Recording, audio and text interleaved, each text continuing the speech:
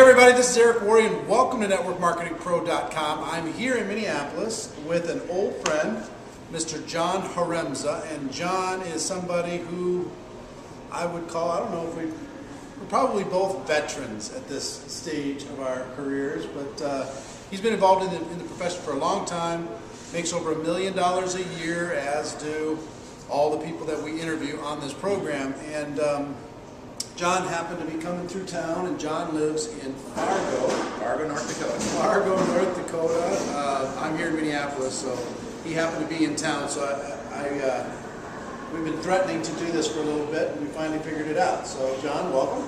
Thank you. Great to be here. I appreciate it very much. We don't have anything scripted for this program, but I'm going to just start off by saying you make over $1 million a year when other people are struggling to make $1,000 a year. What makes you special? Well, I think it's living in Fargo, North Dakota. I mean, if you could make $1 million a year living in Fargo, I believe you can do it wherever you live as well. So, seriously though, what's different? What do you do that's different? You know, I believe the whole basis of network marketing is belief. You know, people by people. It's your passion, your posture, your belief and enthusiasm about what it is you do that will attract or influence others. And I believe the thing that holds most people back is their belief structure. I mean, they need to, number one, invest in themselves. You know, because, you know, people enter this business on faith, right? Faith in the company, faith in the products, you know, faith in network marketing, faith that everything that they have been, that's been shared with them is real. And they're very fragile.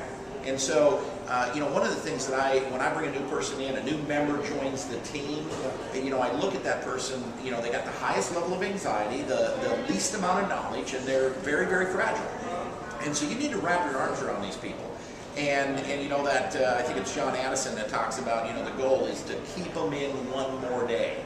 And you know, be that person's life support system, you know, to have that transition from faith to belief.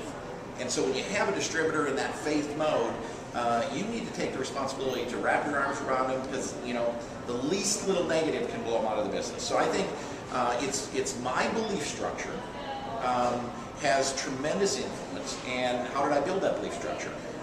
You know, I turned my car into a university on wheels. I mean, everywhere I went. I mean, I was listening to the Jim Rowans, you know, the Earl Nightingales, the W. Clement Stones. I'm listening to all of the company CDs, just flooding myself with belief and knowledge.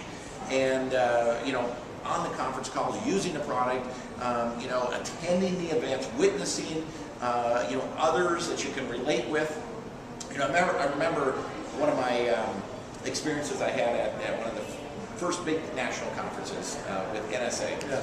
And, you know, I was 2 years into this thing, and this old couple, you might remember the story, walks across the stage, and they start talking about, you know, they just became national marketing directors, 4 years. And I still remember it because the husband starts talking about, you know, I don't think those first 2 years we sold anything. Yeah.